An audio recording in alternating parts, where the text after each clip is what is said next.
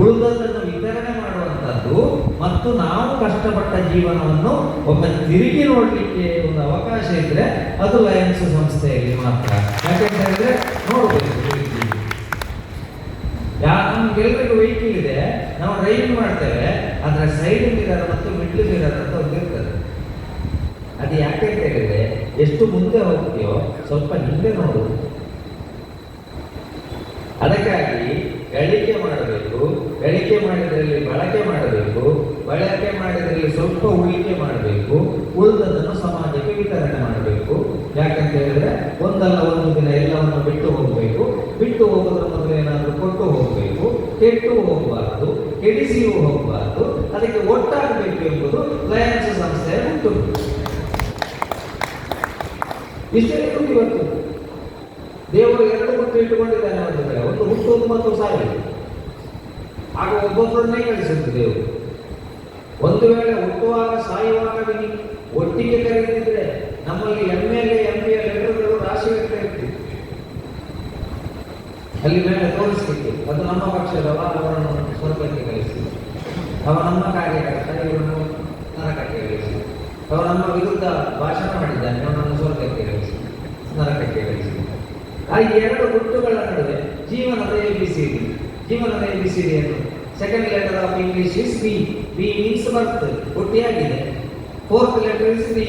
D means death, ಸಾಯಲಿಕ್ಕೆ ಉಂಟು. ಮಧ್ಯದಲ್ಲಿ C, choose your life and choice your life. ಅದಕ್ಕೆ APJ ಅಬ್ದುಲ್ ಕಲಾಂ ಅವರು ಹೇಳಿದ್ರು, if you salute your job, you need not salute anyone in your life. If you pollute your job, you have to salute everyone in your life. ಅದಕ್ಕೆ ನಮ್ಮ ಜೀವನದಲ್ಲಿ ನಮ್ಮನ್ನು 4 ಜನ salute ಮಾಡಬೇಕು ಅಂತಾದ್ರೆ ಇಂತಹ ಸಂಸ್ಥೆಗೆ ಸೇರಿ ಯಾರನ್ನು ಪೊಲ್ಯೂಟ್ ಮಾಡದ ಕೆಲಸ ಮಾಡಿದರೆ. ನಮಗೆ ಮಾಸ್ಟರ್ಗಳಿಗೆ ಗಂಗಾಧರನ ನಮಗೆಲ್ಲ ಗೊತ್ತು. ಈ ಸಮಾಜ ಸೇವೆ, ಲಯನ್ಸ್, ಒಂದ್ಸರ್ತಿ ದೇವತೆಗಳಿಗೂ ರಾಕ್ಷಸರಿಗೂ ಊಟಕ್ಕೆ ಬರುತ್ತೆ ದೇವರು. ಈಗ ಸ್ವಲ್ಪ ಊಟಕ್ಕೆ ಕರೆದ್ರು. ಊಟಕ್ಕೆ ಕರೆದಾದ ಕೂಡಲೇ ಫಸ್ಟಿಗೆ ಯಾರು ಊಟ ಮಾಡ್ತೀರಿ ಕೇಳುವಾಗ ರಾಕ್ಷಸರು ಹೇಳಿದ್ರು, ನಮಗೆ ಸ್ವಲ್ಪ ಹಸಿವೆ ಜಾಸ್ತಿ ಆಗಿದೆ, ನಾವು ಊಟ ಮಾಡ್ತೇವೆ. ಸರಿ, ಎಲ್ಲರಿಗೂ ಕೂತಾಯ್ತು, ಎಲ್ಲ ಬಡಿಸಿ ಆಯಿತು.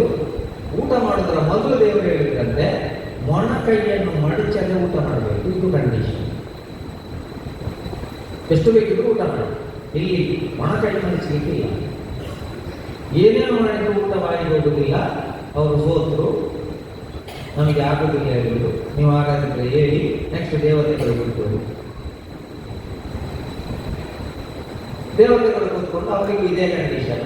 ಆಗ ದೇವತೆಗಳು ಏನು ಮಾಡಿದ್ರು ಅಂತ ಹೇಳಿದ್ರೆ, ಎದುರ್ನವನ ಎಲೆಯಿಂದ ಅವನಿಗೆ ಕೊಟ್ಟ, ಇವನ ಎಲೆಯಿಂದ ಇವನಿಗೆ ಕೊಟ್ಟ. ನಾನು ಇನ್ನೊಬ್ಬನ ಹೊಟ್ಟೆ ತುಂಬಿಸುವುದರ ಬಗ್ಗೆ ಆಲೋಚನೆ ಮಾಡಿದರೆ ನನ್ನ ಹೊಟ್ಟೆ ತುಂಬಿಸುವ ಒಬ್ಬ ಇರ್ತಾನೆ.